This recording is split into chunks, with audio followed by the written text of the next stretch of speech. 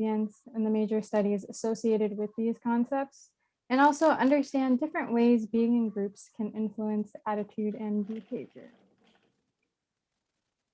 So the first part of this lecture is research and design. And I really wanted to start off with talking about the scientific method.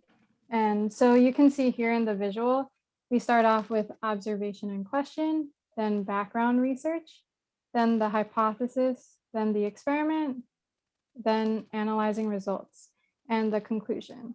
And the reason I also made this image into a cycle is because usually after doing like an experiment, it will usually cause more, observations and questions to arise, which leads to this further scientific advancement. But also for the purposes of the MCAT, the scientific method, these different portions are things that, or are parts that I think most students should be able to, extract from reading these scientific passages, because especially in the sections, so chemistry, physics, biochem, and psychology, sociology, most of the times the passages will be a scientific experiment of some sort. And so I think it's really worth it to, recognize what exactly the experiment is trying to do, like what their question is and what information they know about it and they're telling you. And also, further on, like their hypothesis, what they're experimenting on, the different variables, and also how they're analyzing the results. And there are also questions that usually ask about, what could be a future experiment based on the results that they got from this study that they're talking about. And so following this slide, I'm going to be going into each of the different sections a little more in depth with the terms that you guys would most likely need to know. So, I think, yes. So Tim, like Tim said, when reading the passages, you should think like the experimenter. So I'm going to go on to the next slide. So for the first part, observation and question on this left side. So I just gave an example. So let's say you're looking at your plants in your house and you're observing that, plants perform photosynthesis, or you know this from previous like biology concepts. And then you pose the question. So would different amounts of light cause the rate of photosynthesis to change? And starting from this, you have this observation and question.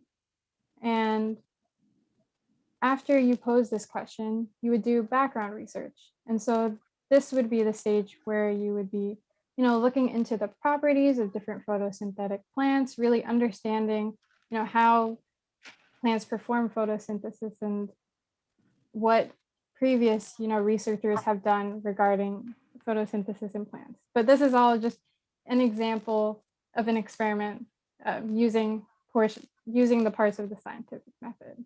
So yes, I will go on to the next slide. So, I also, if you have any questions, feel free to also put it in the chat for anything that I'm going over now. So the next step after, having this background research, having your question would be to pose a hypothesis.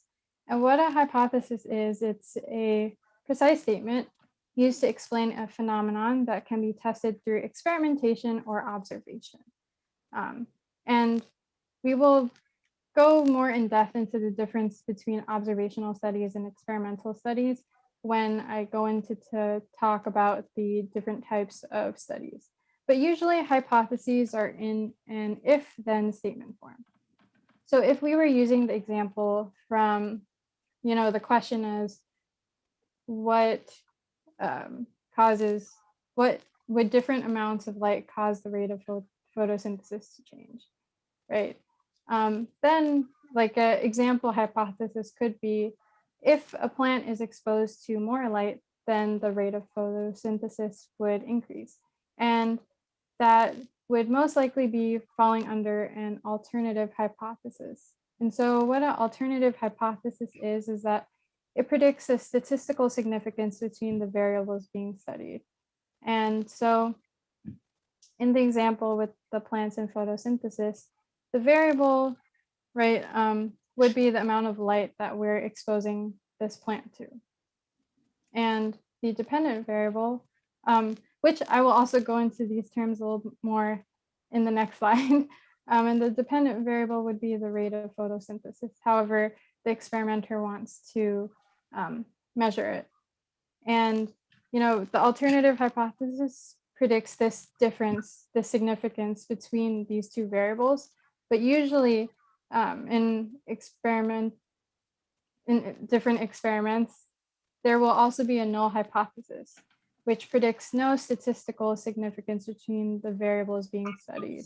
And so in the example with the plant and photosynthesis, null hypothesis might sound a little like, you know, if there is more light that the plant is exposed to, then the rate of photosynthesis will not change. And so usually in experiments, they try to reject the null hypothesis based on the results that they get. But we are going to then go on to the next part after the hypothesis, which would be the actual experiment itself. And so experiments are used to, you know, test this hypothesis. And when designing an experiment, we usually think about sample size. And so sample size is the amount of, you know, what you're testing of. So in the example with the plants, it would be the amount of different plants that are being used to test this concept or test the rates of photosynthesis. And then there would also be constant variables. And so this would be things that are maintained the same throughout between like the different groups. So if you are, you know, testing different plants with their rates of photosynthesis and you're changing like the amount of light exposure, constant variables might be something like the temperature of the room itself that all of these plants are being housed in, you know, the types of soil that they have inside the pot. And like those are just some examples. And then the other aspect is controls. And so usually there would be a positive control and a negative control. And just to go a little more in depth in that, because MCAT does like to occasionally test the difference between positive and negative controls in different ways, like they will talk about it in an experiment and then you would have to identify it. But usually positive controls are controls in which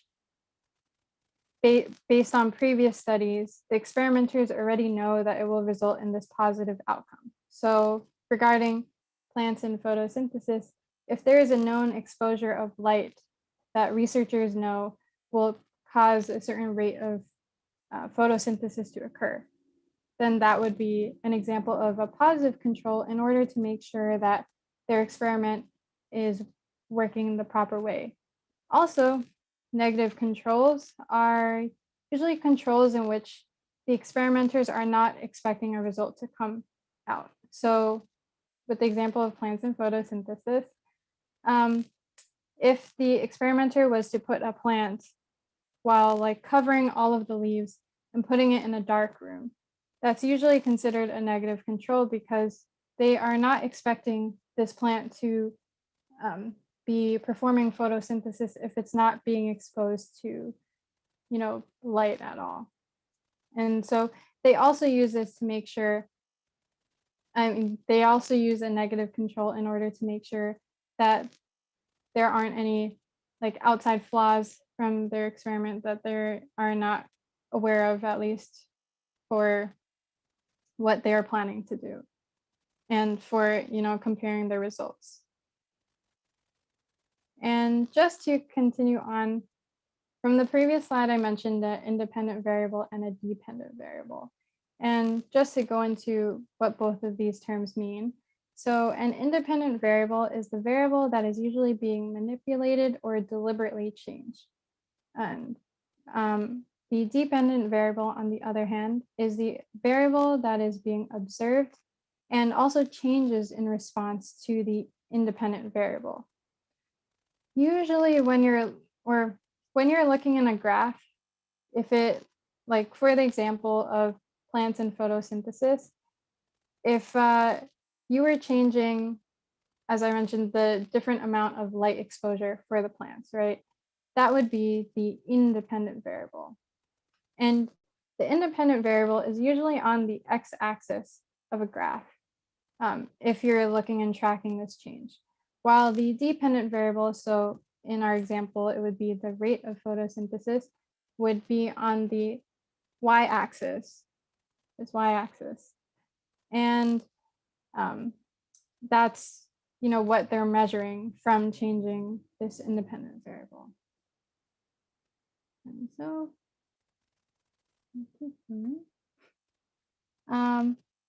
now I want to talk about the different sampling methods, because I did mention, sample size, but it is important to mention the different sampling methods they use, because I feel like in the psychology, sociology section, they do have a few questions related to that as well.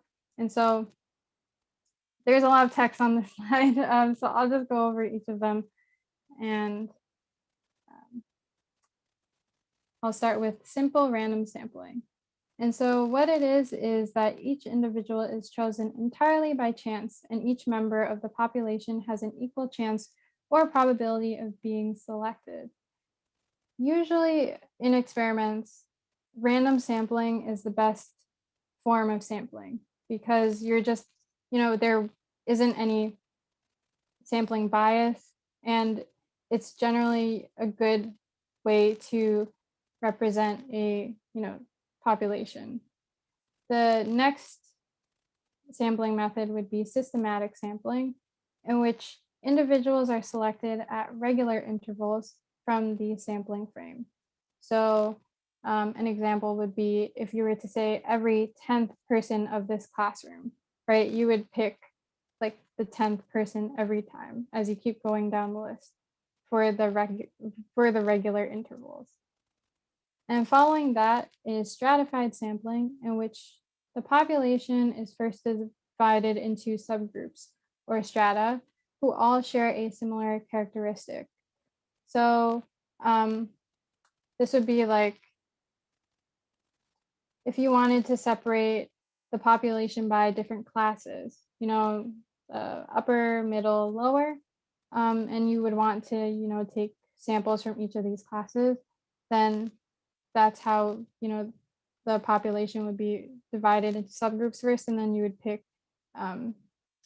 random people from each of those different strata.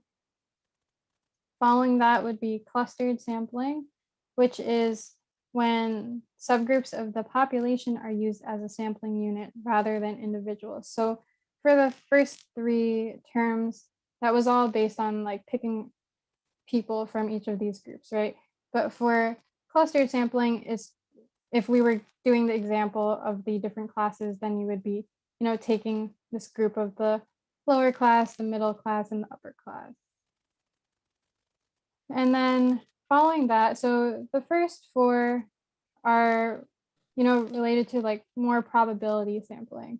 And the next four are a little bit considered non-probability, just because you will see as I start going into it, it's a little bit more specific, where what is being, chosen is a little bit more purposeful. So the next term that I wanted to go over was convenience sampling, in which participants are selected based on availability and a willingness to take part. And so in these situations, a researcher would approach a group of people, or they might find a population that is more willing to take part in a study. But the caveat of doing this is that, there are people that are not represented in the sample because maybe they're a little harder to reach, or, they just have not been in contact with this researcher, or the researcher just doesn't know how to contact. So it's kind of, the sample is more limited, I would say. And then following that is quota sampling, in which interviewers are given a quota of subjects of a specified type to attempt to recruit. And so an example is like if the supervisor of a research study was to say to the researcher, oh, I want you to recruit 10 adult men and 20 adult women to be a representative population for this study that we're trying to do. So they are given this quota, and they do pick out these different people, but through this quota sampling, you're also kind of, limited in terms of the people that you're able to recruit, just because it could be location, communication, all these aspects that I kind of mentioned before. Next is the judgment or purposive sampling, which relies on the judgment of the researcher when choosing who to ask to participate. So if a researcher is approaching a group of people, they might only ask certain people to participate, in which that is also a little bit biased for the sample and would not be the best, representative sample for a population. And following that, finally, is snowball sampling. So in which existing subjects are asked to nominate further subjects known to them so that sample sizes increase like a rolling snowball. So that this rolling snowball is a pretty good visualization in which you have these subjects that are already enrolled in the study, and what they do is the researcher would ask these people to contact, their friends, and ask if they would like to also be part of the study. And so it allows, more people to be a part of it. It's just that in a way, it's also biased in the sense that all the people that are being recruited from friends. So if you didn't really know someone that was already in the study, then you're kind of missing getting those people as well. I'm going to go on to the next part. Oh, wait, is there? What is an example you gave of clustered? Oh, okay. So regarding clustered, so subgroups of the population. So I gave examples between like the lower class, middle class, and upper class. And so you're using like the whole group as a unit rather than picking, random people from that subgroup. And so you're going to be, comparing the entire like lower class to the middle class, or comparing, the entire upper class to the middle class and lower class. Does that help with understanding? Yes, thank you. Okay, great. And so, yeah, I'm going to go on to the next one. So we were just talking about, designing an experiment. And so after you perform the experiment, you get all these results. And so I wanted to go into analyzing results and common terms that are used within the MCAT to, describe them. And the first one is precision, which is how consistent the results are. You may have seen this before in previous bio classes if you've taken it, but they usually give an example with this target that you can see in the upper right-hand corner of the screen. And so precision, how consistent, that would be most, correlated with C, which I'm kind of circling with my mouse here, and also a little bit of B. Except B also has another term that I want to add on to it. But you see that, all of these targets are being pointed into, or all of these darts are being thrown around like the same position or similar position. And so that's just showing the consistency of the results. And the next term is accuracy. So how close to the accepted value the results are. And so as I mentioned, with B, accuracy is the other component that applies to this dart image, because usually when you're throwing a dart, you're trying to get it into that center point, because that's usually where you're getting the highest points. So accuracy, you want to make it to this highest point value, or what you're trying to, get. And so that's why B shows actually both accuracy and precision. Well, if you're looking at A, it's kind of like all the darts are spreaded everywhere. And so in that case, A would be described as, not really precise and not really accurate as well. And the following terms are reliability, which is the consistency of results from repeated experiments, or the degree to which an assessment tool produces stable and consistent results. So in a way, reliability does sound a little bit like precision, except as you see in the definition, it focuses on, this assessment tool, because reliability and, as I will go into a little bit more, validity, both of them are focused on the measure as opposed to the result itself. And validity is the extent to which the measure reflects the phenomenon being studied. So, how valid is this based on previous studies that have done like a similar thing? Or how, like, if they know that a certain temperature is like 32 degrees Celsius, if you made a new measuring tool, like how valid is this new measuring tool to also measure 32 degrees Celsius? And I just want to really focus on reliability and validity being related to the measuring tool or the measuring method that you're using, while precision and accuracy are for the results that you receive from an experiment.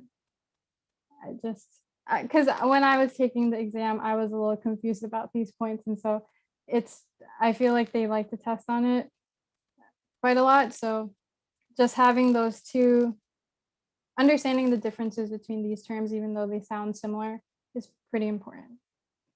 And the next thing that I want to talk about is also significance when you're analyzing results. And so usually significance can be, oh wait, sorry, is there a chat? Oh, can you explain that again, please? Is it regarding the precision and accuracy versus reliability and validity? Yes, okay. Okay, so the difference between precision and accuracy and reliability and validity. So precision and accuracy are really based on the results you get. So with the example regarding my plants with photosynthesis, right? Precision, if you're looking at your results, would be, how close maybe the values are for the rates of photosynthesis, or just like how close each of these rates of photosynthesis values are. Whereas accuracy is like how close is this rate of photosynthesis to a previous study that has been done on photosynthesis and like their accepted value of it. Maybe like, if a past study showed that this certain amount of light exposure produced the greatest amount of photosynthesis, then, how close your result matches that accepted value is how I would define accuracy.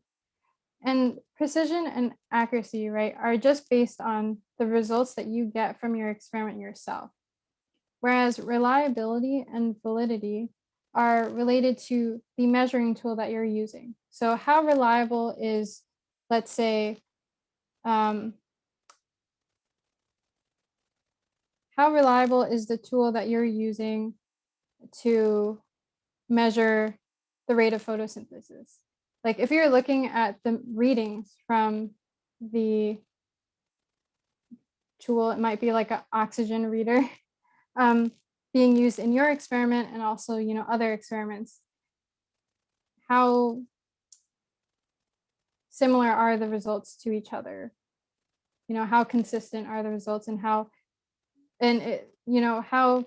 accepted is this tool to be used to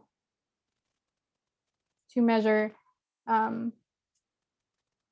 oxygen production between each of these different experiments when everything else is controlled and should be the same. And validity would be like how close. So you might have a tool that says the same thing every time, but it's not necessarily that the value itself is valid, right? You might have a tool that keeps saying like 20 is the oxygen rate between each of these different things. And so it will show that, it's reliable in the sense that the results are consistent, but you want to also ask, is it valid? Is the oxygen rate really 20? And so validity is, the measuring tool itself. Is it showing the correct value? And so that's why precision and accuracy is, related to the raw results that you get from your experiment, while reliability and validity is the, tool itself that you're using to measure these results. Does that help? Or is it still confusing?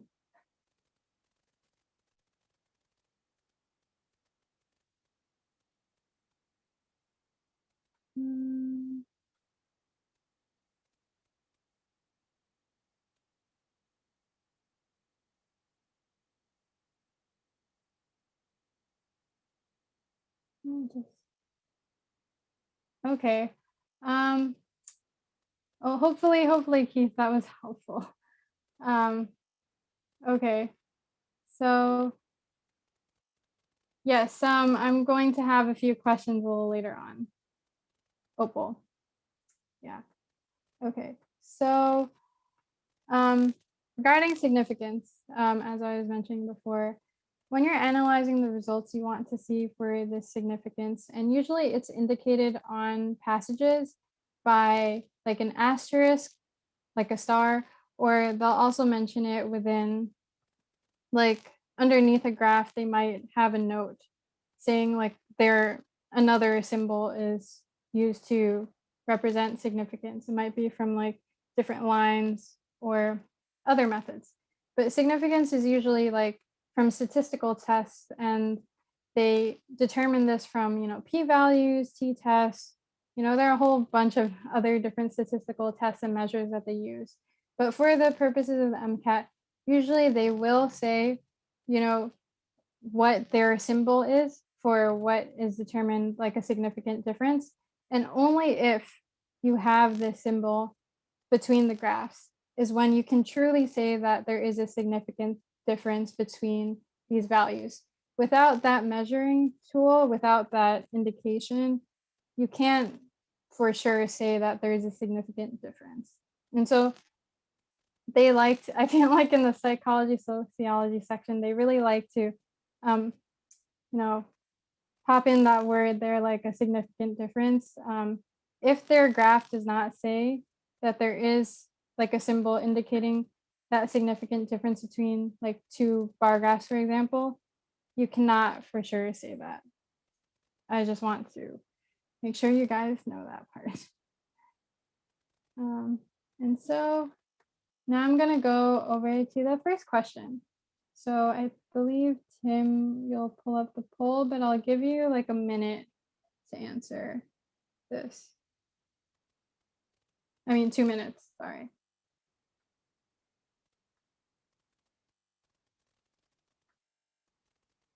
And the poll is up. Thank you, Tim.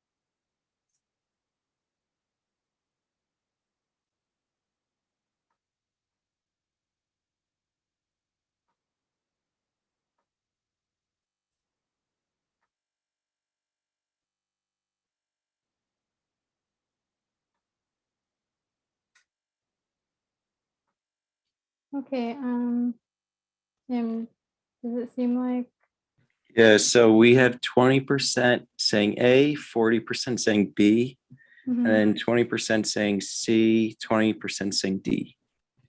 Okay, so this is a little bit more rounded out, but I will just, show the answer. So the answer is B, because as I was mentioning before, precision and reliability are pretty similar in terms of their meaning, like how consistent the results are, except the difference between, precision is the raw results itself versus reliability is the measure that's being used to measure these results. Okay. Does anyone else have questions about this? If not, I'm just gonna move on to the next slide. Okay, so the next slide is also another question. And so because of the previous question, you guys might have a hint as to what this answer might be. But I'll give you a few minutes, a minute, and Tim will put up the poll again. And also, Tim, please let me know when majority of people have filled in.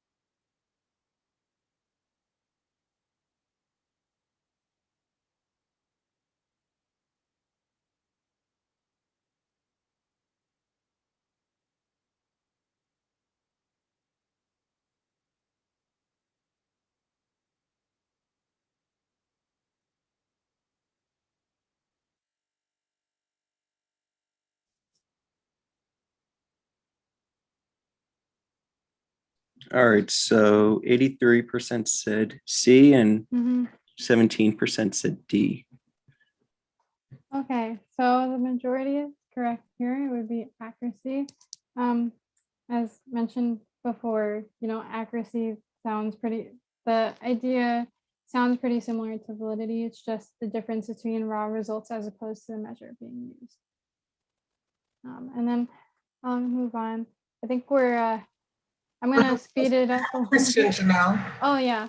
Are terms like confidence, are those real terms or they're just made up for social psych? When they confident, and did they just make that term up? Confidence and efficiency. So confidence and efficiency are used in different, different fields, I guess. Like for confidence, it would probably be more related to like a confidence interval, type of thing. And efficiency, how well this certain thing works or how efficient it is. Okay, so they're legitimate usually terms, but different contexts. Yes, different contexts, exactly. Okay. Thank you for that question. I'm just gonna speed it up a little bit more because so next is the conclusion. So after you've reviewed your results, you're comparing it with other studies and seeing how your results compare to that. And two important terms for the conclusion would be reproducibility, meaning the experiment that you're doing is resulting in consistent results when you're using like the same data and code as the original study. So like the same methods. If you're following another study exactly the way they did it and you're getting the same results, then that would be reproducibility. For replicability, on the other hand, it's obtaining consistent results across studies aimed at answering the same scientific questions. So maybe that a past study was doing another method to study the rate of photosynthesis, like maybe they're measuring it by the amount of CO2 consumed instead of the O2 that's produced. And so in that case, you might have the same result as in a certain amount of light is associated with more photosynthesis. However, you're having these different measuring tools. And so in that way, it's a little different, but it's still replicable because you're getting, similar results. And from the conclusion, it usually raises more questions for future research. I'm going to go to the next one. So now are the different types of studies, and there are quite a few as well. Usually I would say that there's tested on in the psych-social section. So we're going to go into cross-sectional study, which is looking at a group of different people at one point in time. So let's say in the year 2000, you're looking at a group of people with diabetes as opposed to people without. Next would be a cohort study. So following a subset of a population over a lifetime that share a common characteristic. So you're following a group of diabetic patients over over a lifetime, their whole lives. And then for a longitudinal study, which is gathering data from a group of people repeatedly over a period of time. And so this, would be, if you're doing a group of diabetics, you're gathering data from them like each year or something, you're sending out a survey and receiving that information. It's over a period of time, not necessarily like their whole lifetime, but it could be a long time. So next would be the case control study, which is where there are two groups differing in outcome that are identified and compared to find a causal factor. So like when you would compare the group of diabetics and non-diabetics, you're trying to figure out, what is causing more of these people to have diabetes as opposed to the other group. And I want to stress that the cross-sectional study, cohort study, longitudinal, and case control study are considered observational studies. And what I mean by that is that they're not manipulating any variables for their experiment. They're basically just using what they have themselves. So, they're not causing a person to have diabetes, rather they're observing the effects of diabetes on their lives. And next, a randomized controlled trial, which is when treatments are randomly assigned to people in the study to test the efficacy or side effects of treatment. So usually I feel like you would think of these in clinical trials when you're giving, different groups like drugs to like a drug that maybe would help with decreasing blood sugar. And so you're giving this treatment and it's randomized, so you don't know who's getting it, who's getting the drug and who's getting the placebo. And usually that's the gold standard that they use for clinical trials. And finally, the experimental study. So this is very different from an observational study in which you're manipulating variables.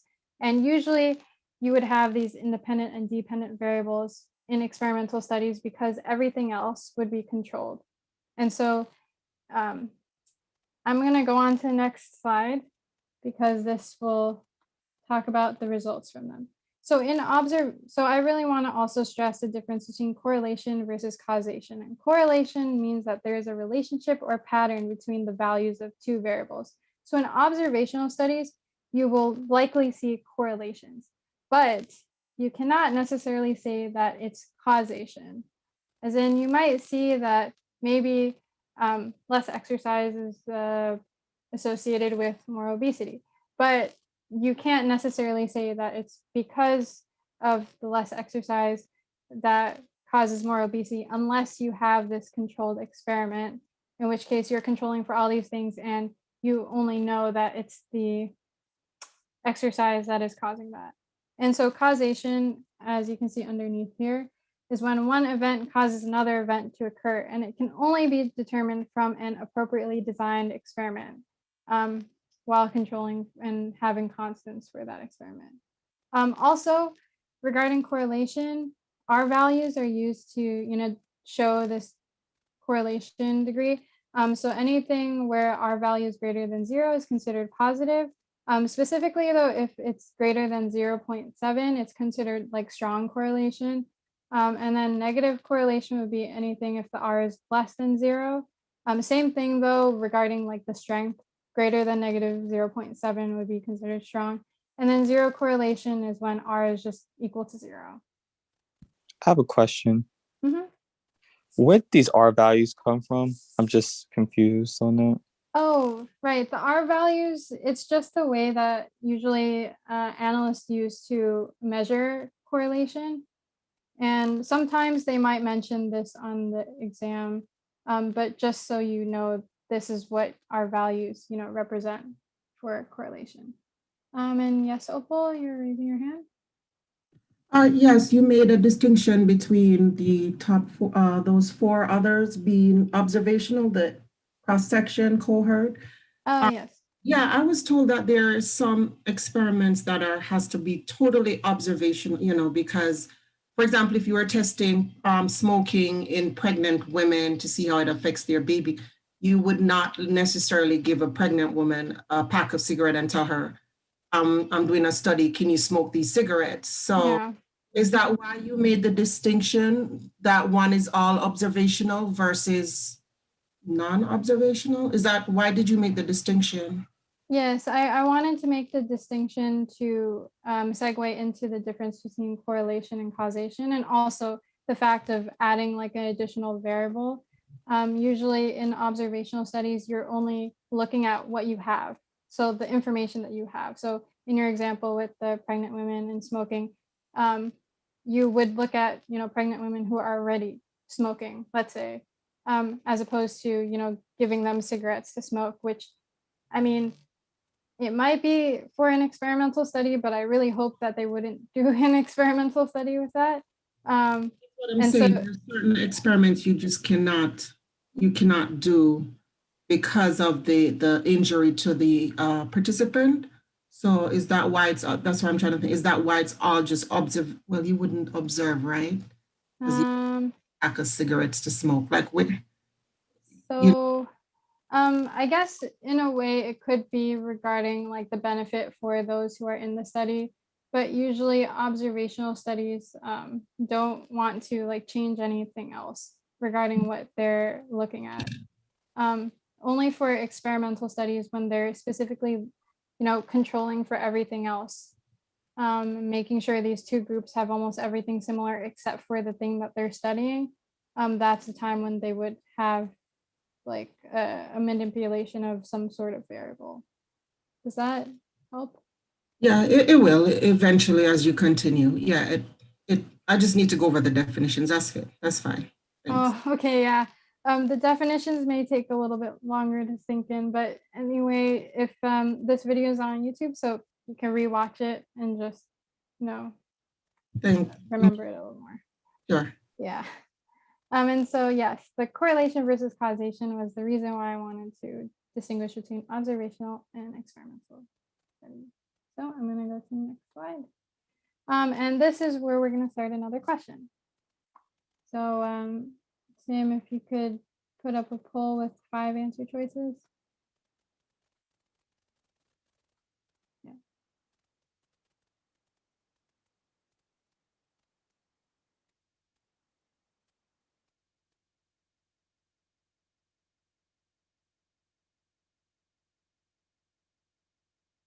And just let me know when most people filled out the poll.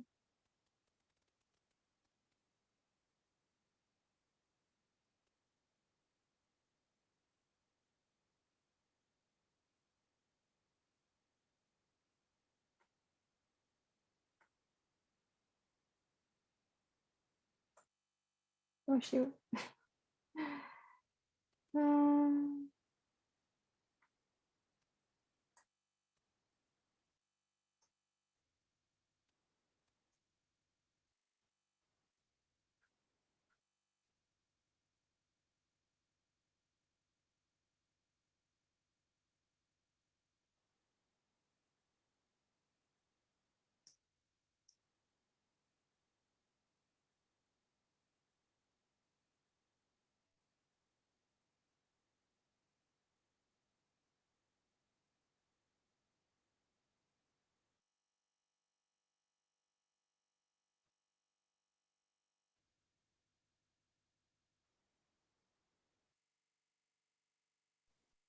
Okay, so we have 33% saying B and 67% saying C. Okay. So in this case, yeah, the majority got it correct. I guess the reason why the answer is not no correlation is because in the answer choice itself, it does say that, students in his class with larger shoe sizes tend to have higher grade point averages. So you can see here that there is a correlation or association between these two factors, but you can't say causation, but you can say correlation. Yeah. And if anyone has questions, feel free to leave in the chat. If not, I'm just going to go on to the next slide, which is another question. Oh, Keith, yep. So I just want to make sure that I'm understanding the differences between correlation and causation. Because when I was reading this question, obviously the first thought that I would have picked was C, but then it just says based on this observation. So I was thinking that there's no data or anything that's like proven to say that this is like people with larger shoe sizes have higher grade point averages. That's what I don't know. I'm just trying to like figure out how is it in this case positive correlation versus a differences between when there's no correlation or causation does not equal correlation. Mm-hmm. Yeah, no, that's a good that's a good question. So, regarding the fact that the question itself, if it, I think it sounds a little bit like, causation might have been like being a little bit, the idea of causation kind of like merged a little bit into your thought of correlation. But regarding causation, it would, in the question, it would have to say that, the experimenters are controlling for all of these different aspects. And that would be the only way that they could say that there is a cause for what is happening in the results. But because in this question, it does say just based on this observation, and because this tendency for higher grade point averages and shoe sizes, that would show a correlation, because if you're, increasing the grade point averages and also increasing this shoe size, it's both, going in that positive correlation direction. Does that help with your understanding? A little bit.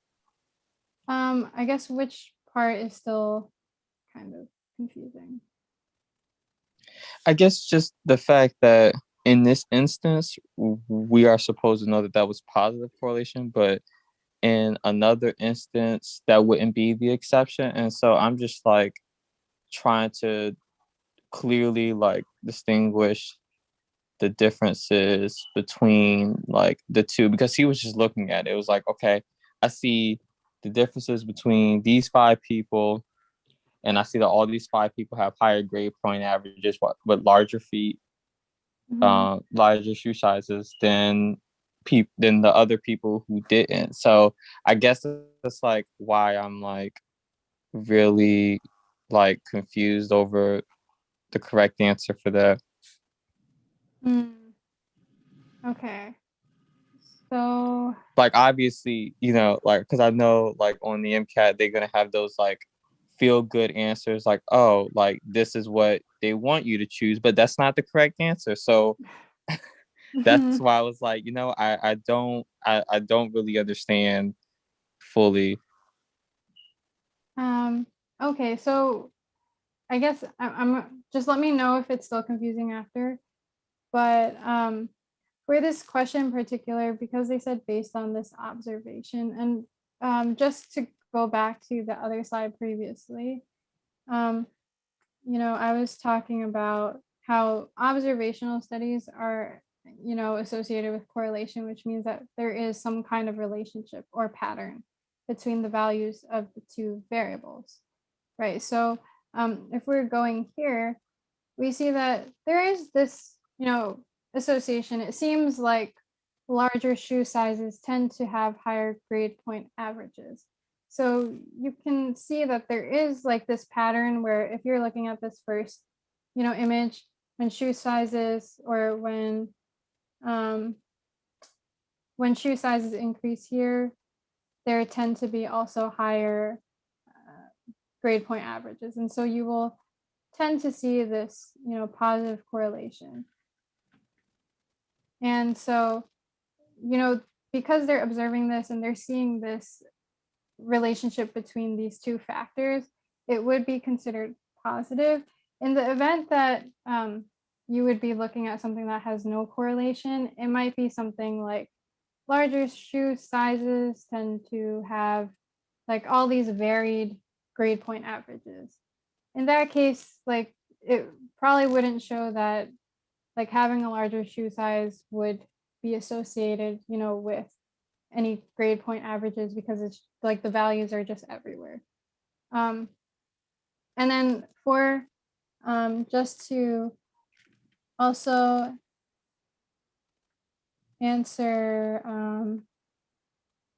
Opal's question, yes, so correlation can only be observed correlation can only be observed while causation must be experimentally determined, yes. In the case that you need this controlled experiment to really say that this specific factor is causing, this outcome. And then also regarding Keisha's question, yes, yeah.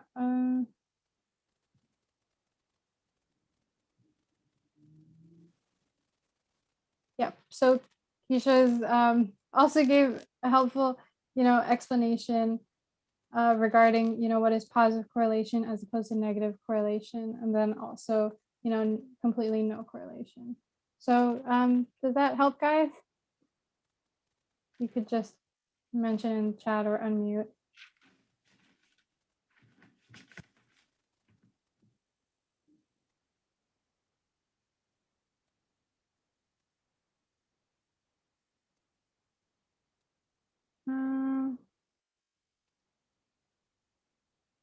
Okay.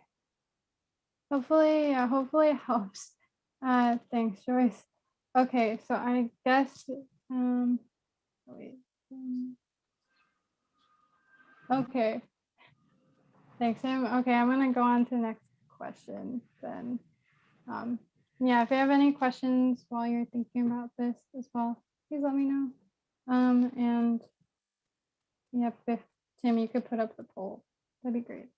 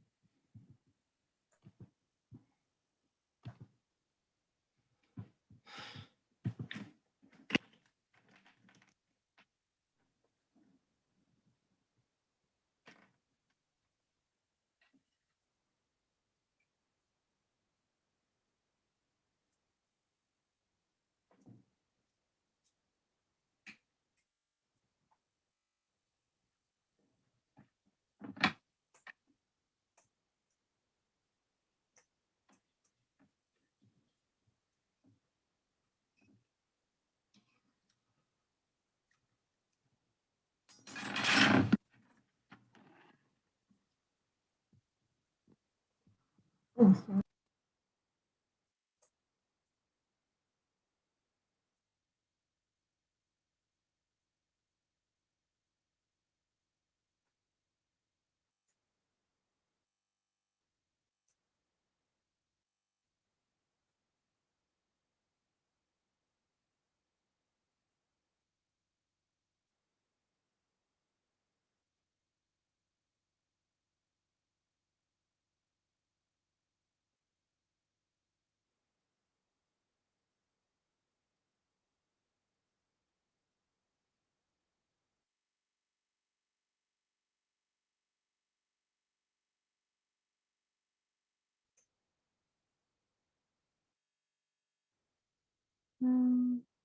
Okay, what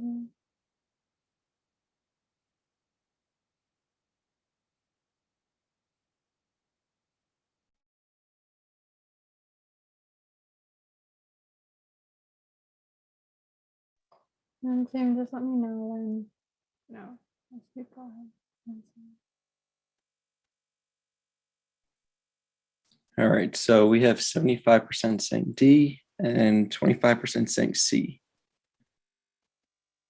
75% saying D and 25% saying C. Yep.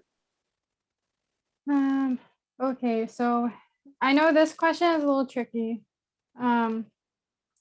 but the answer is actually B, and I will, I'll explain this one a little more in depth.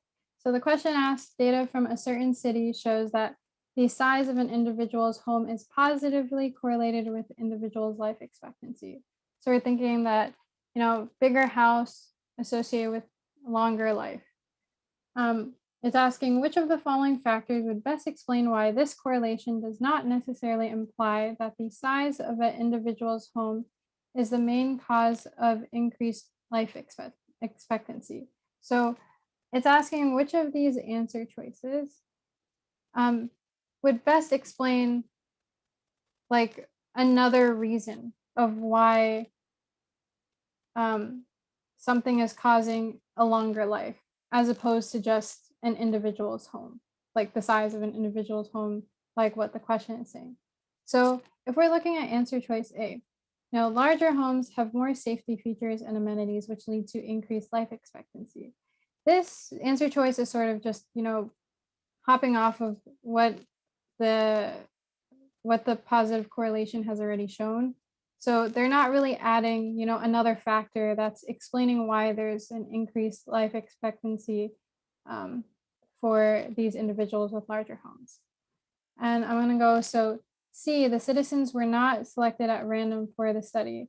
In this particular question, it doesn't exactly mention that, the selection process for the citizens of the study, but also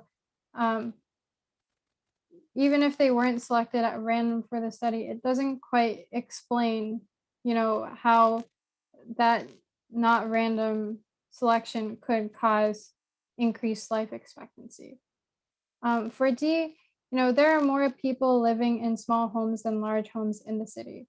So this one is, it also kind of focuses on, more people living in small homes as opposed to large homes. It doesn't really, so I guess with the MCAT, good thing to remember is don't, or try to keep outside knowledge sometimes from going into your answer choices. So when looking at D, I know that it can be common for people to think that because people are living in small homes, maybe it's more crowded and that, affects life expectancy. But in this particular answer choice, it doesn't say that more people causes a shorter, life expectancy. If they did say that, then maybe that would be, a feasible answer choice for this question. And or affecting healthcare in any way. That would also be a feasible answer to this question. And then E, some responses may have been lost during data collection process. I feel like E is in a way kind of also a distraction answer because it's not particularly saying, what could be another factor that affects this increased life expectancy. for B, the reason why it's the right answer in this case is that the ability to afford a larger home and better healthcare is a direct effect of having more wealth. And so it mentions here specifically better healthcare, and better healthcare is at least based on, you know, most of the psychology, sociology content. Healthcare is directly related to, you know, life expectancy. Usually when you have better healthcare, you tend to live for a longer period of time. And, you know, this factor of having more wealth allows you to both, you know, pay for this larger house and also have this longer life, probably from, you know, trying to, yes, from doing this, from having more wealth, you can pay for, you know, more healthcare related to if you have any, you know, symptoms that can be taken care of, and then you would have a longer life. But yeah, Opal, you had a question?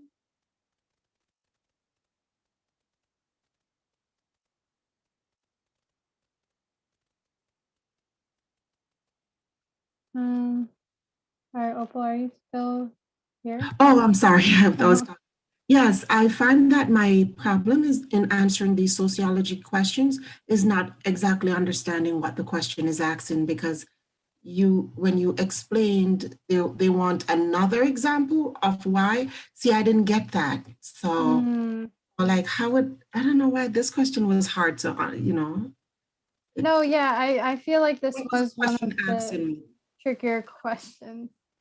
But What I was it, also, what was it asking me? To determine what now? it was asking you to determine another factor that would explain, you know, increased life expectancy. And so with the, you know, having more money usually is associated, or in this answer choice, it says that, you know, people have better healthcare. And when you have better healthcare, it's usually associated with a longer life. Based But on, it said that does not imply, you're saying, so the does not is where I thought they were asking the opposite. And I get questioned, because obviously B makes sense now that you told me what's another factor, but look at the word does not imply. Yeah. So thinking the opposite, not worse, not having no health care. So I would have stayed far from B, which is the correct answer. Right. So the does not here is saying does not necessarily imply that the size of the individual's home is the main cause of increased life expectancy. So it's saying, like, when they're using does not, they're saying like the size of an individual's home is not necessarily the cause of increased life expectancy. So in that case, you're trying to see, you know, what else could be a possible cause to or another factor that could explain this correlation. Okay, now that makes sense. Yeah. Right. It does not explain how somebody lives longer.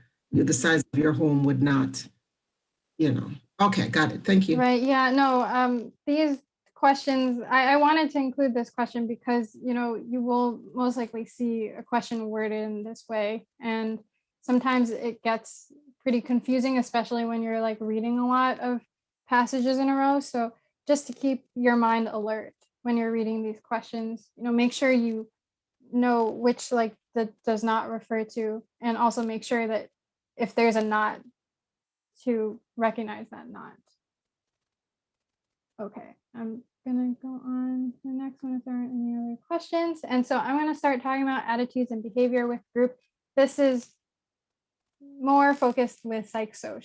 The rest I feel like applies to the other three sections, but we're gonna start with attitude versus behavior.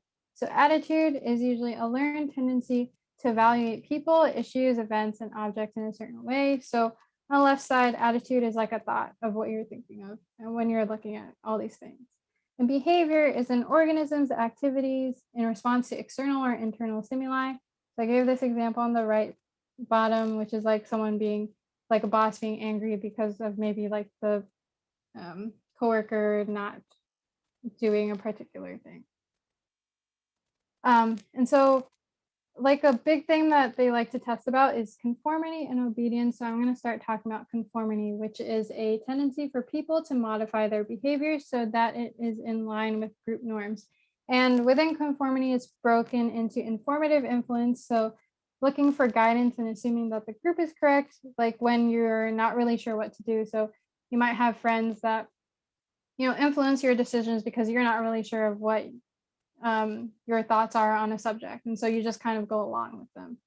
Versus normative influence, which is when you're following the group's negative action to prevent group rejection, even though it's not right. So you know that something is wrong, but you're just trying to follow the group because you kind of want to fit in and you don't want to be, kicked out of the group. And a very popular experiment associated with conformity is the Ashline study. So Solomon Asch, he showed this target line to a group of people. And he gave each of these group of people 3 choices with different pictures of line lengths. And basically they were he was asking each of them which of the choices best matches the example target line that he gave them, right? And so the main takeaways from this experiment, so solitary members, meaning like if they were just working on themselves, working on their own without like the whole group there, they made errors less than 1% of the time, which means that they were pretty spot on with their answers for the target line. But when it was in a group, 75% of participants often gave the wrong answer at least once, and 33% conformed every single time with the group. And for this particular instance, it was because within the group, they had confederates, and confederates are like actors who are, pretending to be a part of the normal population answering these questions. But Solomon Asch purposely had these confederates there to, occasionally give the wrong answer. And so when a set of people gave the wrong answer consistently, then it comes to the point where it's that normal person in the population, and they're responsible for deciding, which of the choices really is matching. Do they go with the choice that they're pretty sure is right, or do they go with the choice that every single person before them, gave? And so when 75% of participants gave the wrong answer at least once, that was because of the influence of these confederates earlier in the line that were, giving this wrong answer. And then it's crazy that like 33% conformed every single time with the group, even though they might have known that, the answer was wrong, but they're just like going along. So that's a popular experiment associated with conformity. And relating, so study commonly related to obedience, and obedience is how we follow orders or obey authority. It's the Milgram study, is very popular. It was done to study the willingness of participants to follow authority figures that instructed them to perform behaviors that conflicted with their beliefs and morals.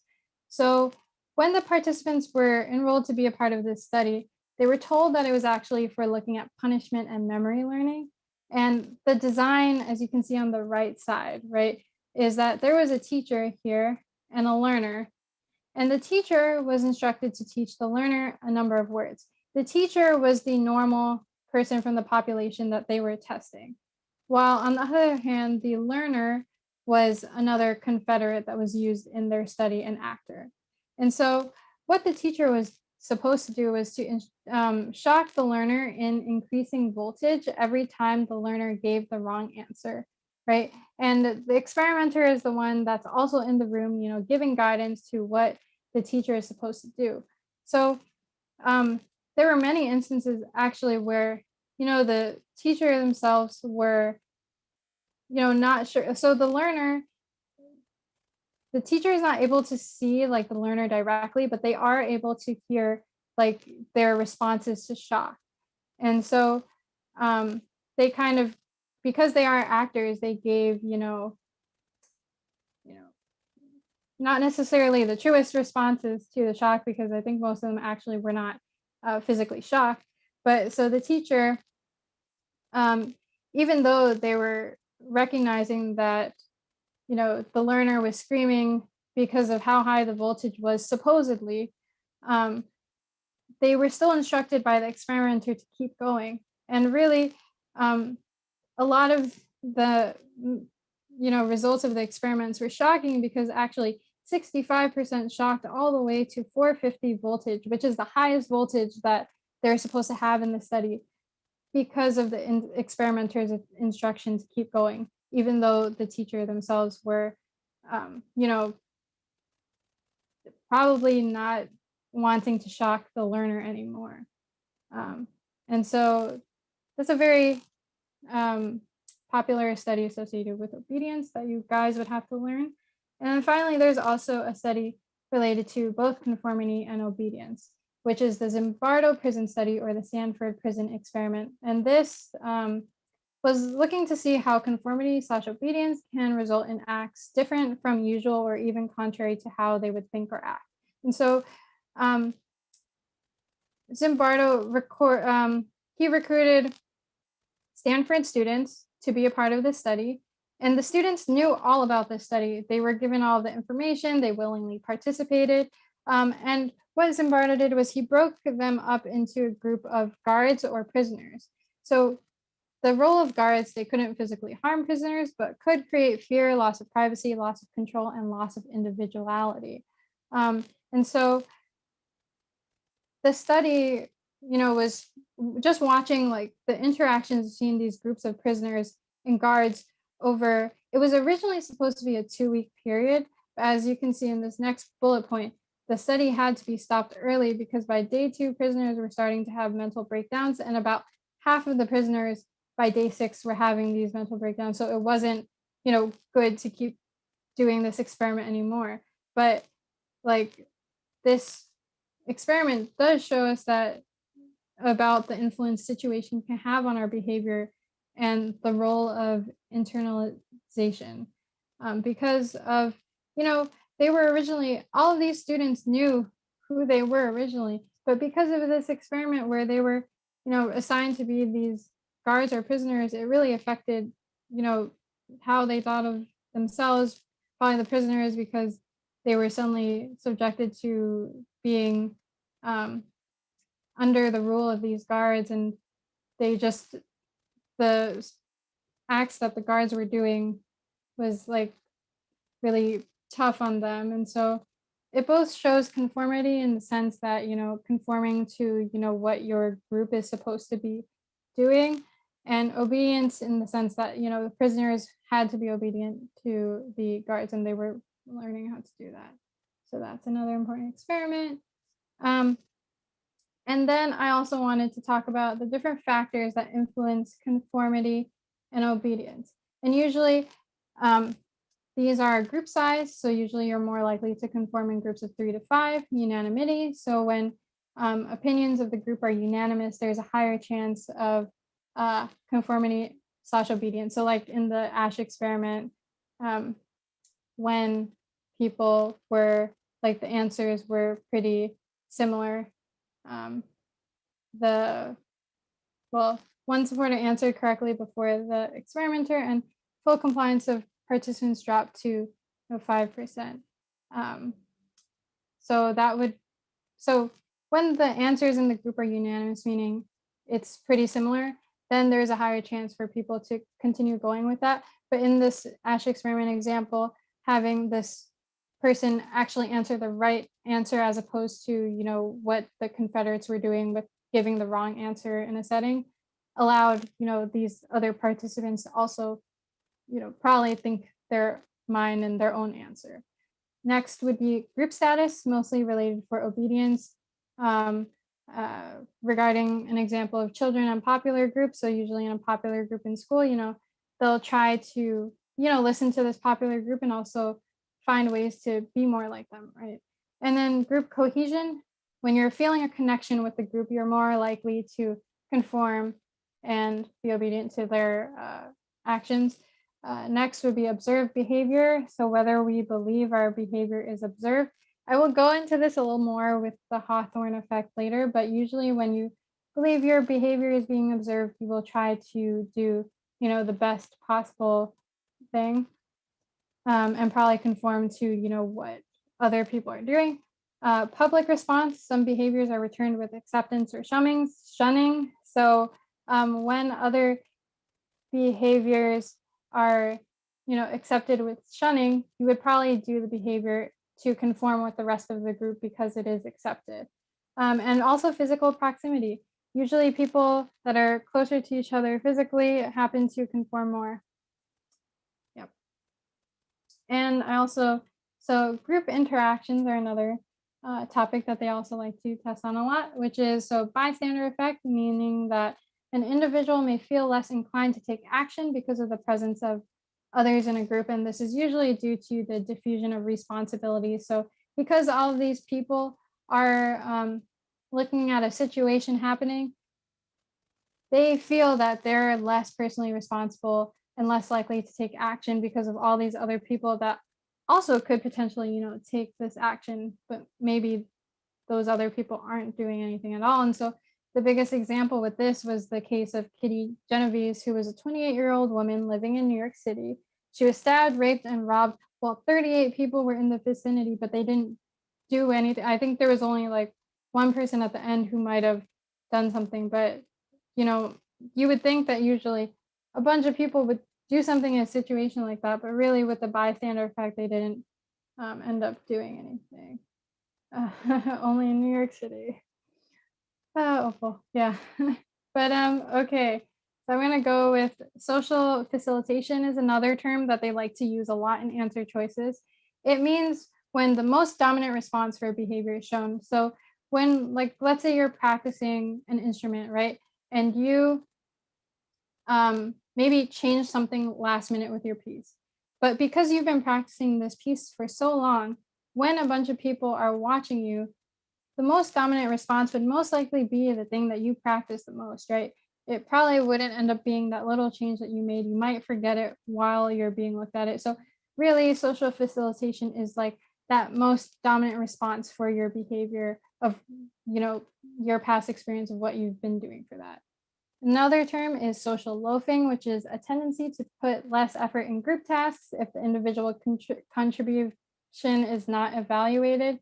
And so, I guess if you connect it with school and group projects, sometimes there are people in the group that don't necessarily put in the same effort because of the fact that they're also not being graded by themselves. So, and then also a final term here would be the Hawthorne effect, which is a type of reactivity when individuals modify or improve their behavior in response to their awareness of being observed. So usually when like a teacher will be observing students, they'll try to be on their, best behavior and try to answer the questions the best way they can. Okay.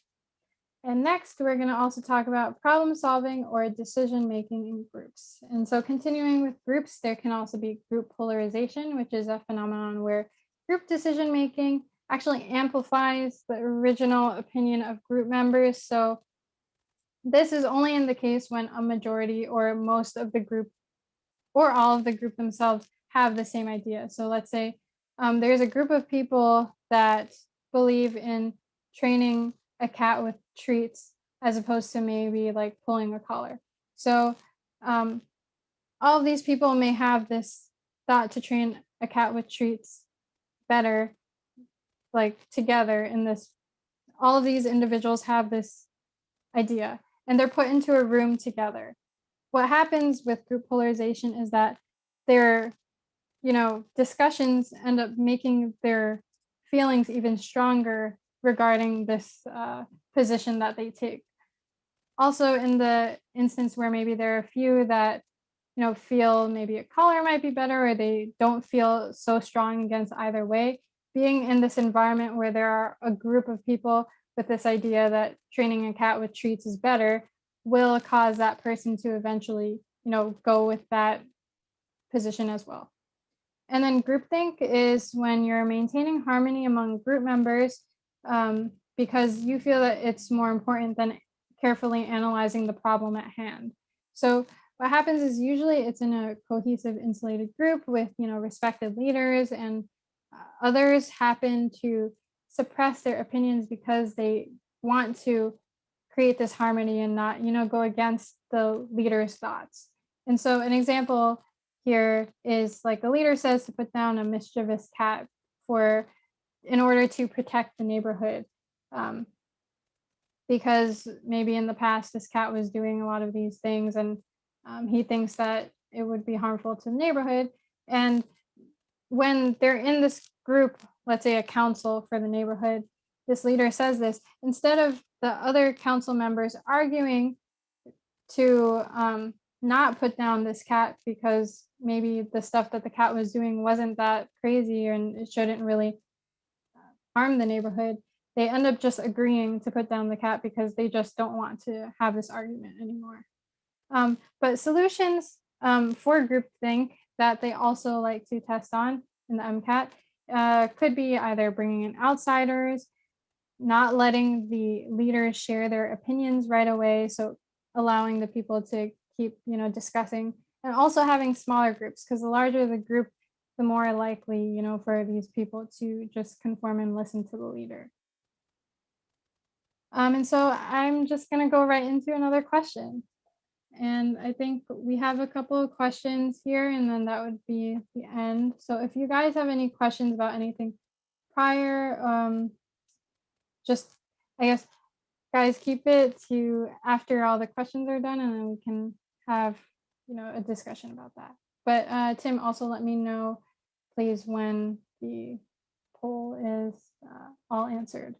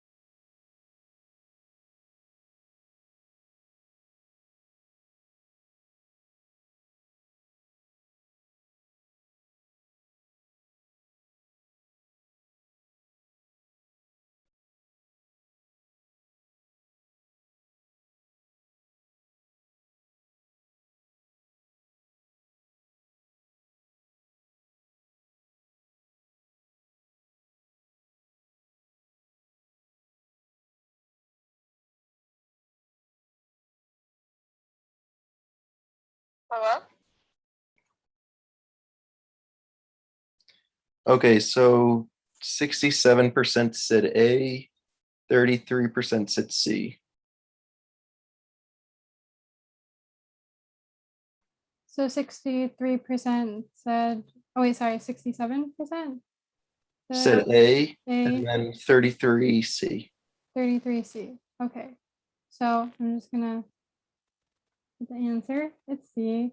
So let me just quickly, the question, Miss McLean is an elementary school teacher who gives her students group projects and a part of their math curriculum. What might she do to minimize the effects of social loafing? Right, so we were discussing the term of social loafing before. And the reason for social loafing is usually because the individuals themselves are not, graded at all. And it's just like the group effort. And so that's why C is the right answer in here, where it's saying that the teacher is grading both the group as a whole and also each individual group member on the project. Regarding A, so if you're giving students the option to present their project in front of the class for extra credit, this particularly does not, like, I guess, call out each individual member of the group, right? For social loafing, because they feel that they're in this group, they feel like, I mean, group members may feel that, they don't really have to put in that much work. Maybe like other group members will do that work. And if you give this option to present their project in the class, it doesn't really, point to those individual members. It kind of they're still in this group and they're still, presenting together as a group for this extra credit. So the person that may be social loafing in the group may not feel that much of a difference, even if they're, presenting for extra credit. Okay. So Janelle, in this example, so if 67% of us voted A, I know we'll see. So Ash's study with the conformity, I would change my correct answer from C to A based on the 67%. Is that what Ash was trying to say? Conformity? I just want to say, yeah. So Ash's experiment would be, wait, I'm sorry. Could you rephrase the question? Are you asking? Yeah, I'm saying, being that I know the correct answer was C, but being that 67% chose A, I would go with the majority and change from my C to A. Is that conformity according to Ash? Yes, that would be conformity according to Ash, because you're seeing that, majority of these people are choosing A. That would be that. But like, I guess for the purpose of social loafing, does everyone understand, what can be better used to prevent social loafing? Yeah, I think with the social loafing, they had a situation where office buildings, cubicles with high windows were preventing people from interacting in a group. They weren't getting done. So what they did, they removed the dividers. And so now people were more productive with the lower dividers, being that they know they were being watched and they are more accountable for their individual work.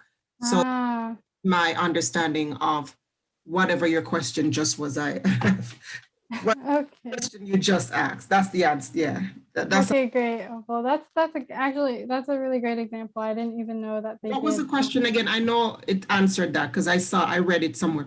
What was you just? Why is my sorry.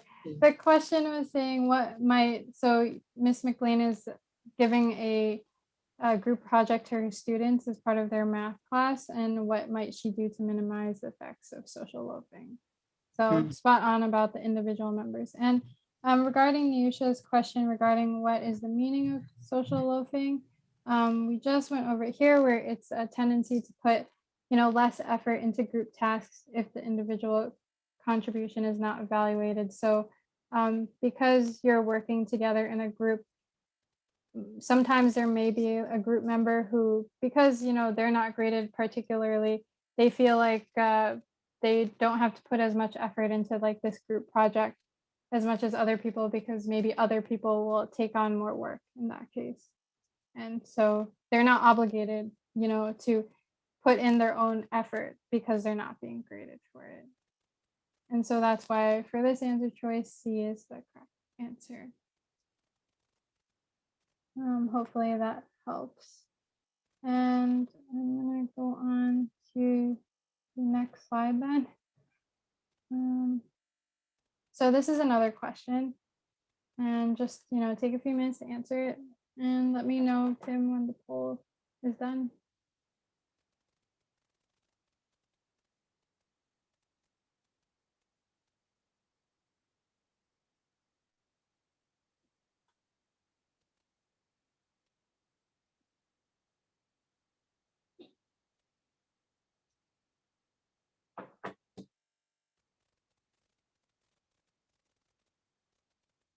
Oh, Neusha, you're asking what part of the MCAT, which MCAT section these questions will come up. It's in the psych-soc section, psychology and sociology. And thank you, Tim, for letting me know. Pulls up.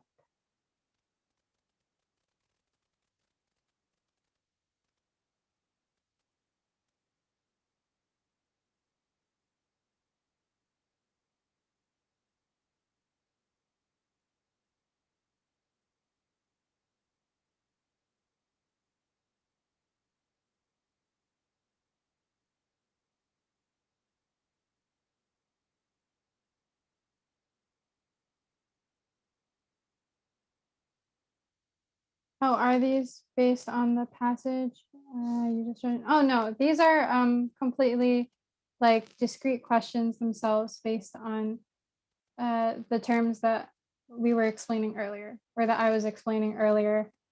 But usually in the MCAT, these questions will come up from a passage, and you'll just have to use it from the information from the passage to, you know, determine. But you still need to know these terms apart from, you know, what they tell you in the passage.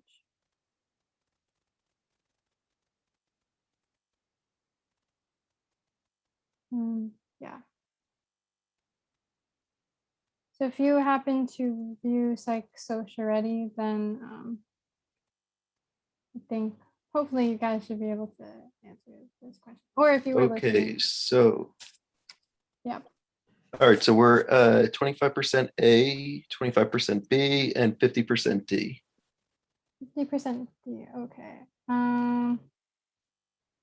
Okay, I'm gonna just, so the answer is B. And I guess, okay, the way I will explain this. So the question says, I just transfers to a new university during his junior year. His family has a history of alcoholism, so he has avoided drinking in the past, but his new friends pressure him to drink at social events. So from this first sentence, you already know that Idris has this idea that, you know, alcohol is not the best thing. And so let me just see. Oh, Anusha, what's the meaning of conformative and compliance? Do you mean conformity? But I'm gonna go into each of these answer choices. Okay. So yes, he has this idea that, you know, alcoholism is already bad, but his friends are pressuring him. So you already know that he knows something about this. So it's not, so then if you go to the next sentence, he's afraid of social rejection, so he decides to drink, but still feels privately that drinking is problematic, meaning he's still keeping in, like, his own thought is still that drinking is not good. And that the only reason that he's deciding to drink with these friends is because of the fear of social rejection. And just so we were previously going on talking about conformity and like the two different types, so informational and normative.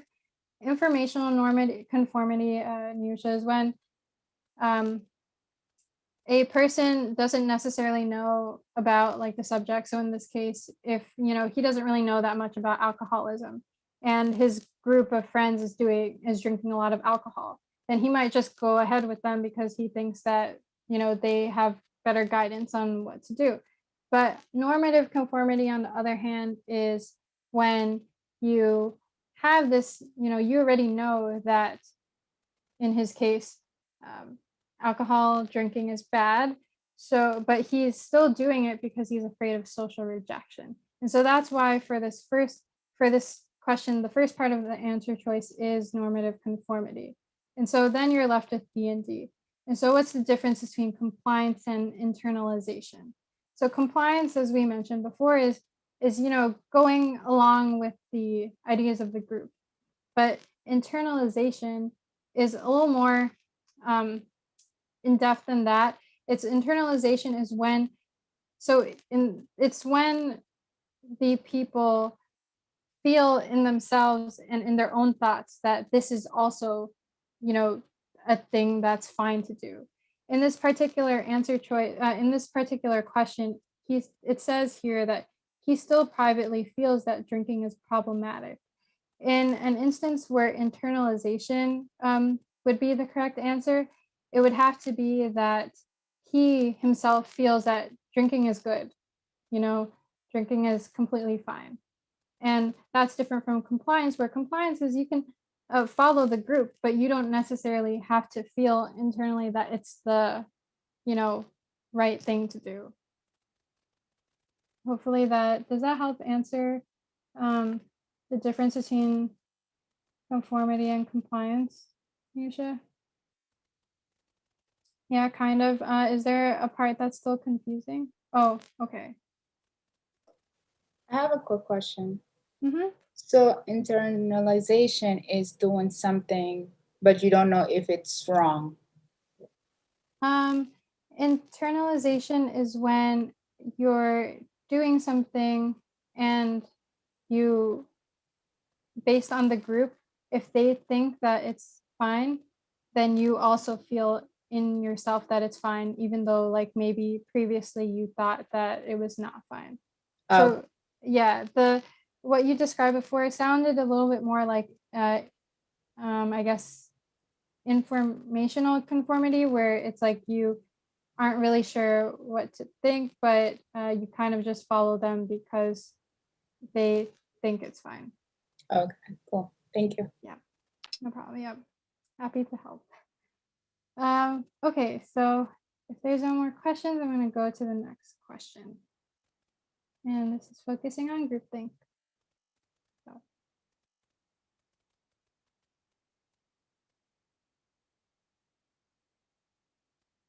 Yep.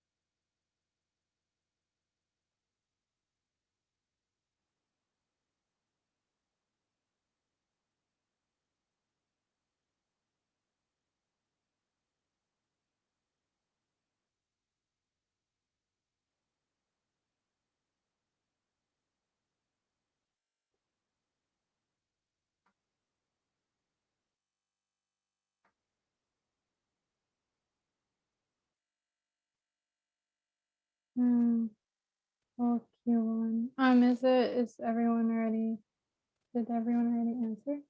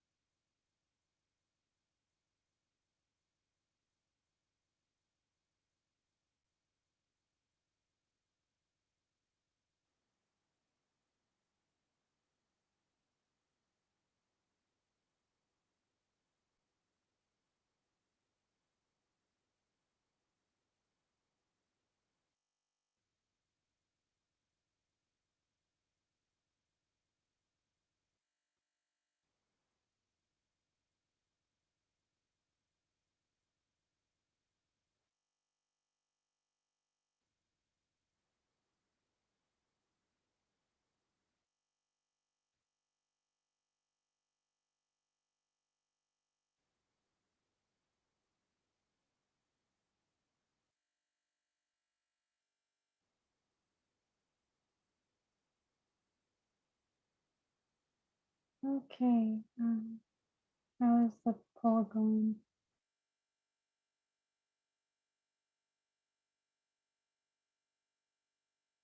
Oh, a definitive policy is Neosha. It's like they have this specific, like they need to have this exact policy for them, for their community, for everyone else to follow. Yep.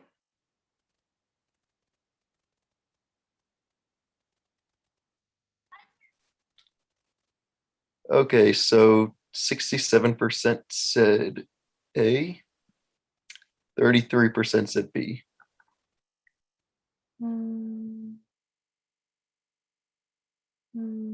Okay, so this may be a little bit, I guess.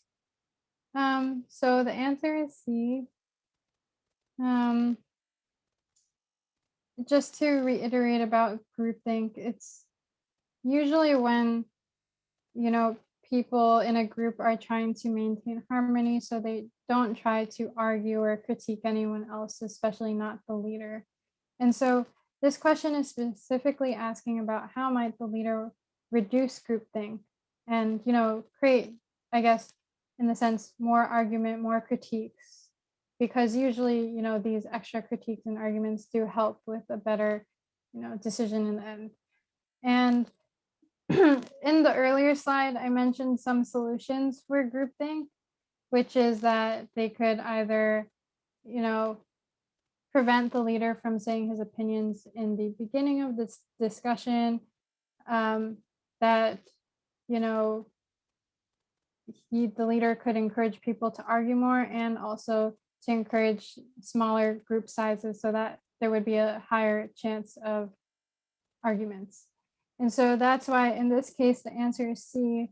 The leader could ask a subset of individuals in the group to critique animal research. So critique as in, you know, picking out these things about their policy for animal research and say, you know, what each of them think about it. And, you know, that would probably lead to more arguments, you know, about what some scientists think is better than others.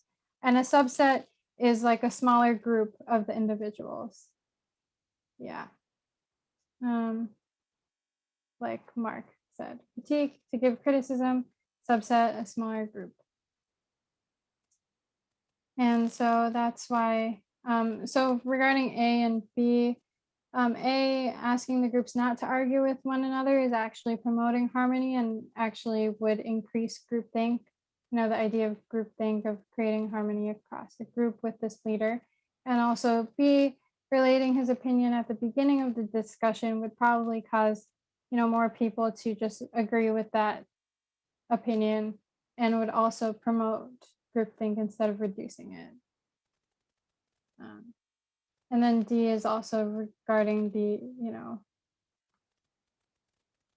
cohesiveness, which would promote groupthink even more. So that's why C is the answer. So if there are no other questions about this one, I'm just going to go to the next one. Hopefully this one's a little bit less, I guess, less text in the answer choices. So.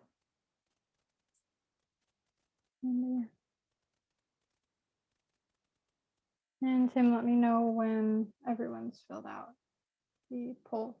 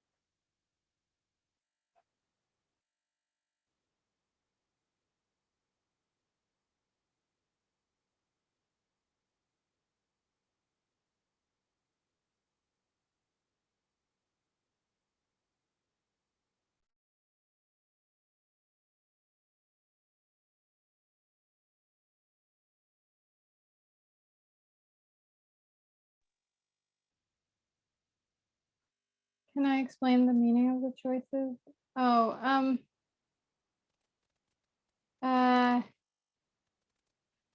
Neosha, I'll explain it afterwards. When the answer is released, just because explaining each of the meanings would probably lead to the answer. So, but yeah. And just so you know, there are quite a few questions on PsychSoc that literally just give the terms as answer choices. So it is very helpful to know the terms ahead of time.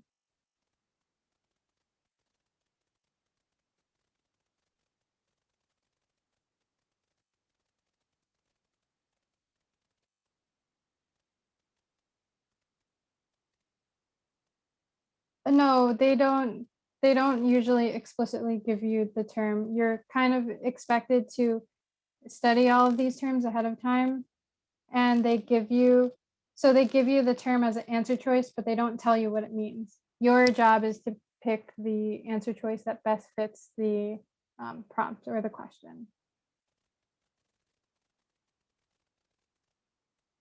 Yeah. So psych-soc is a lot of knowing, I feel like, the psychology and sociology terms.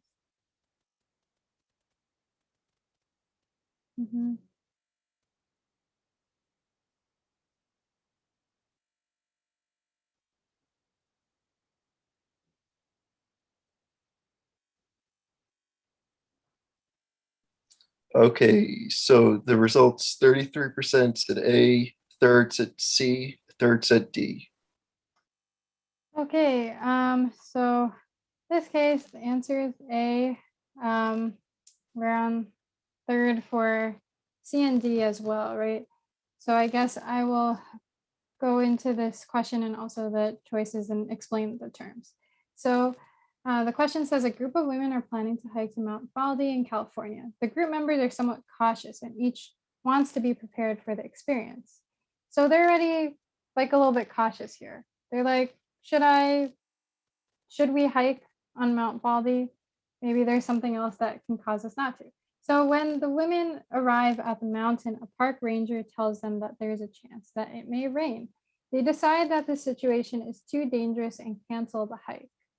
And so you see this park ranger is telling them that there's danger. So when they're cautious, they're already like looking for if something is dangerous, right? And because the park ranger is telling them that it might rain, then they also feel that it's too dangerous to hike, so they cancel it.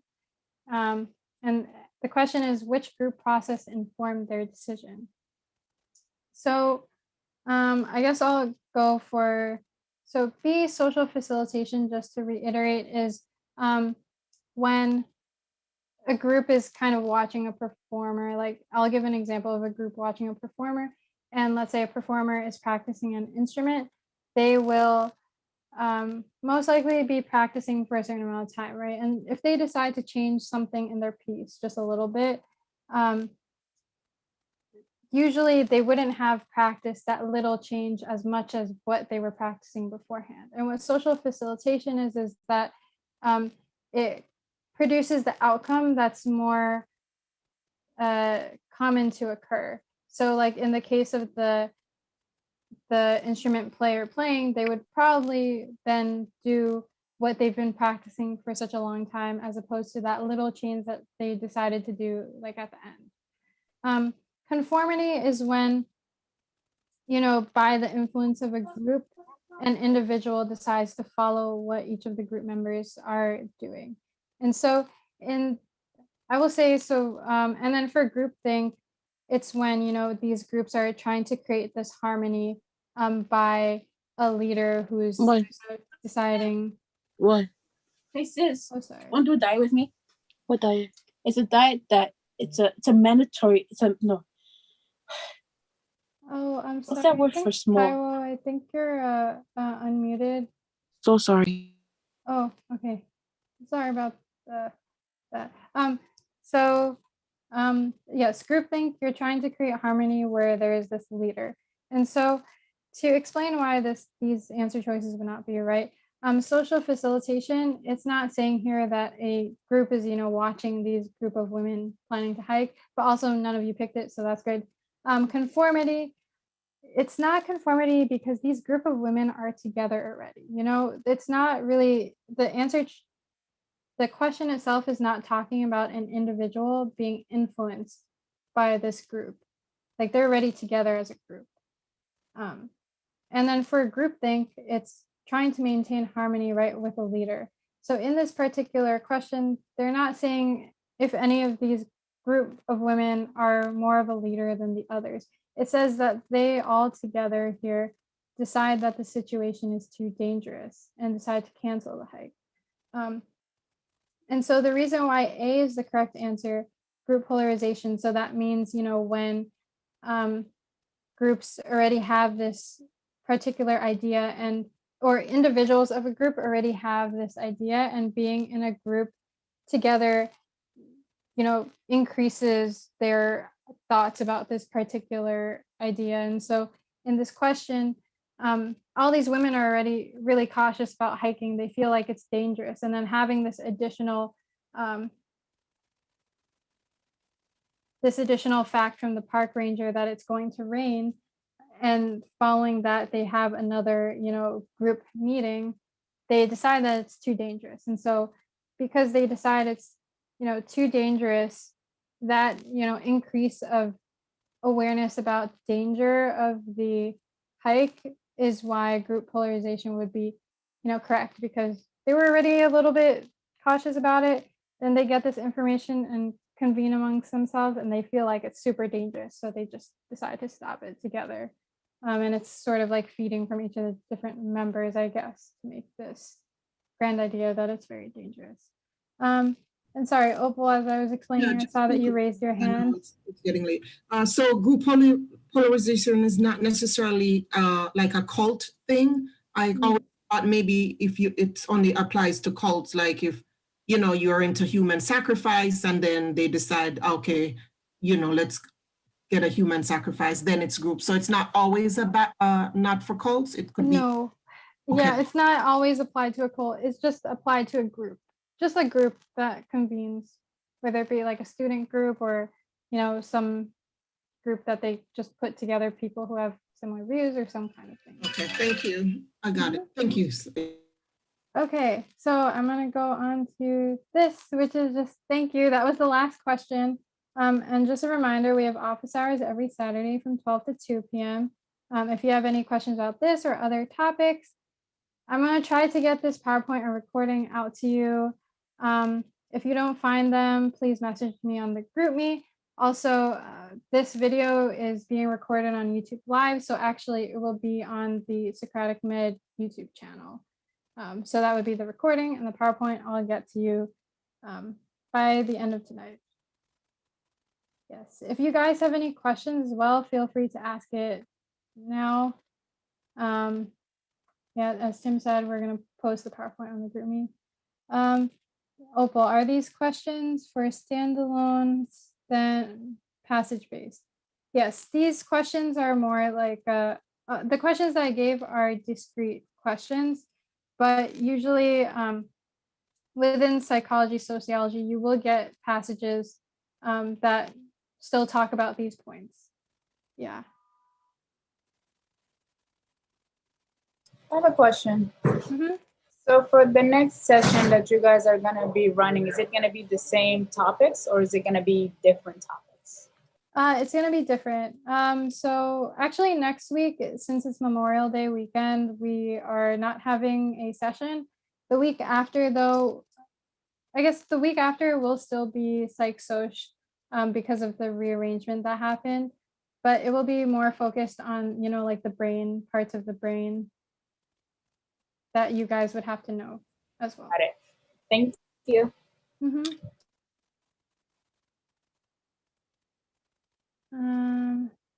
Yeah. So yeah, guys, if you have any additional questions, feel free to unmute or put it in the chat. Yeah, or you guys can head out too. Feel free to enjoy the nice weather outside. Sorry, it went a little bit longer today.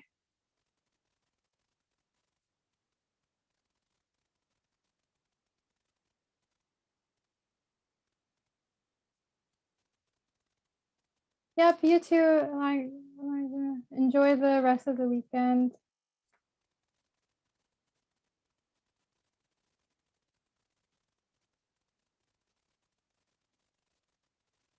Wait,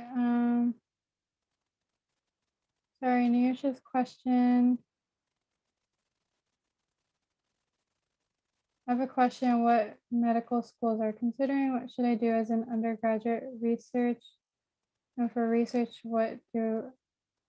So are you asking about like what activities you should do as an undergraduate? And also, wait, in general? I feel like for this question, it's a little bit, I feel like I don't want to say like a specific, what to do, or, because a lot of medical students have a lot of different paths as to like how they, get to medical school, and also what activities in particular excites them or what they enjoy doing. My biggest advice would be do whatever activities that you enjoy doing, and you can really like talk about that.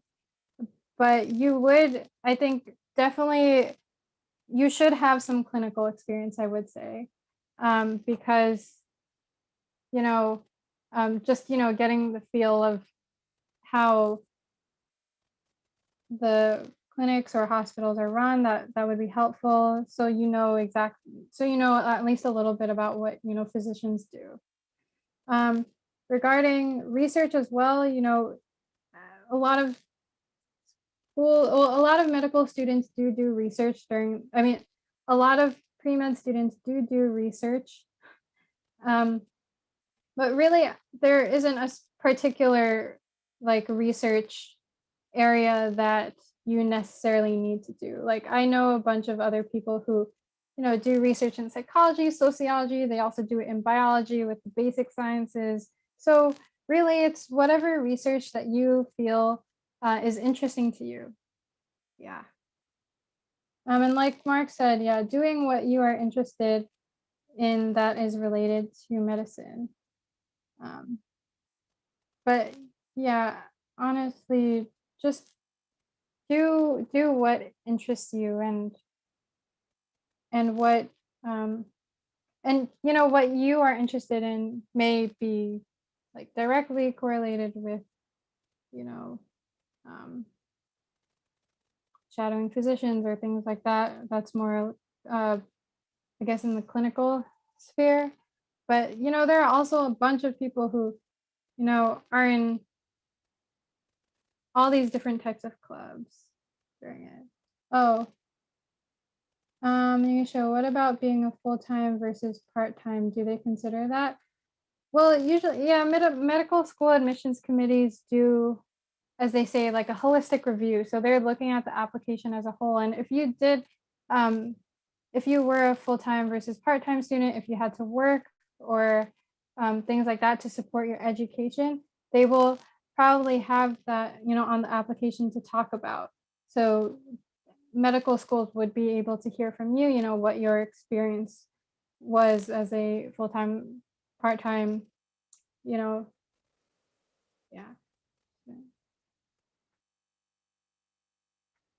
So hopefully.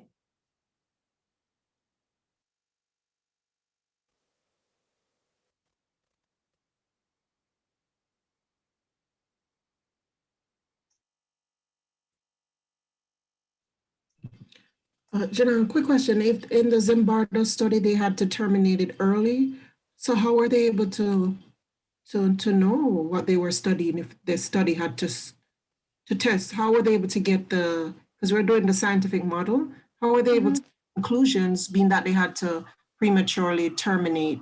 How did they get to conclusions? I mean, right, that is a good question, right?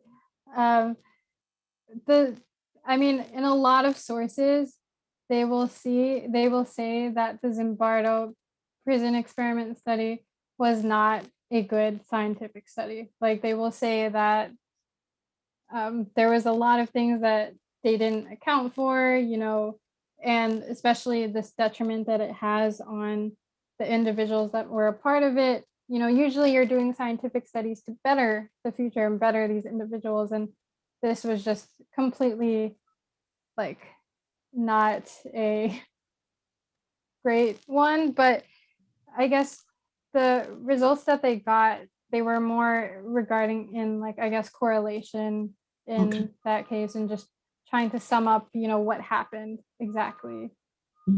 Their results are not exactly the best to base, you know, conformity and obedience on, but they are another study that shows that, and they like to mention it in psych soc. Sure. Yeah.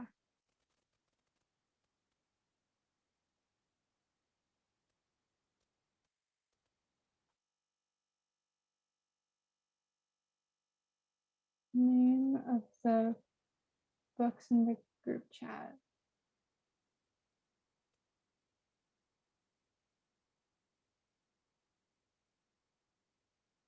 Okay.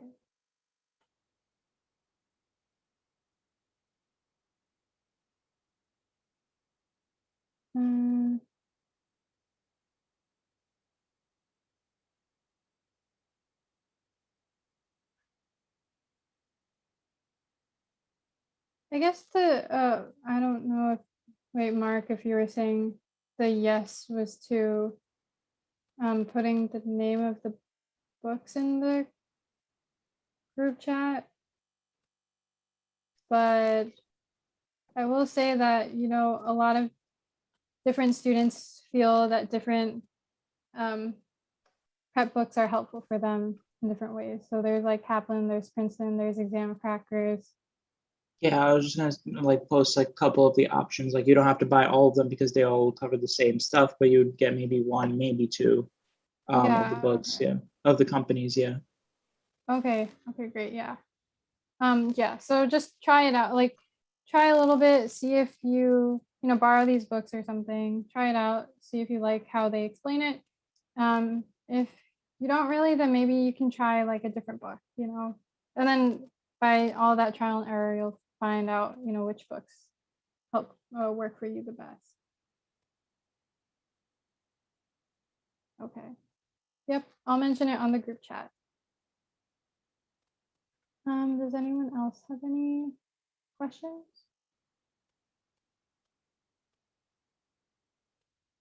Okay, bye, Mark. Thank you.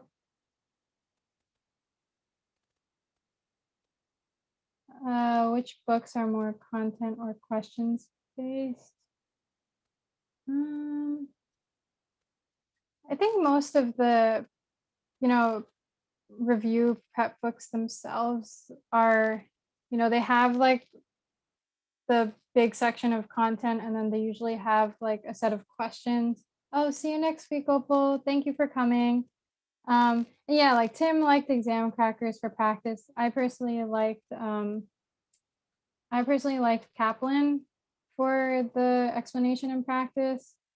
But I guess, sorry, which books are more, yeah, regarding more content or questions based, I feel like generally for the books, they will have a relatively similar amount of, you know, questions for the content, but there are some other options where some of the, like, I think Exam Crackers has like a book all dedicated to practice, I think, or something along the lines of that. Tim, if you want to correct me on that.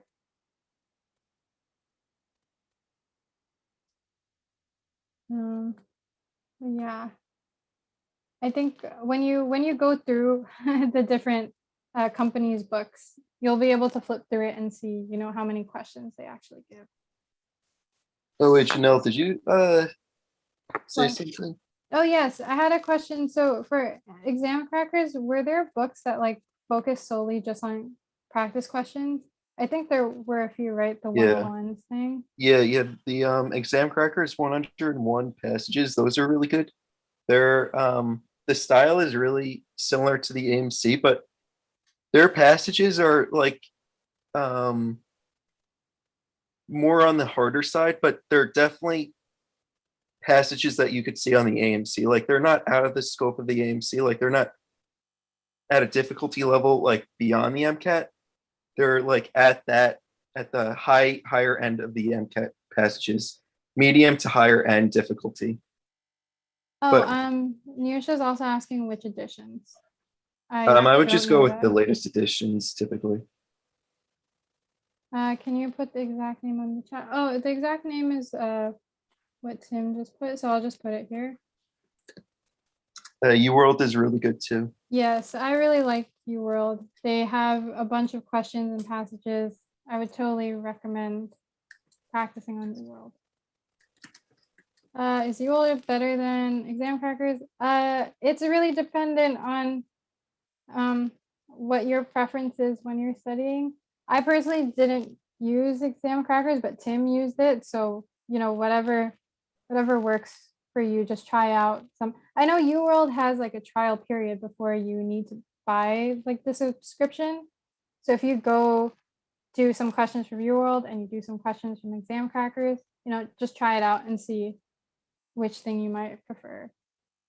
Exam crackers also like books you can borrow at the library, so it might be a little bit better cost-wise, but yeah.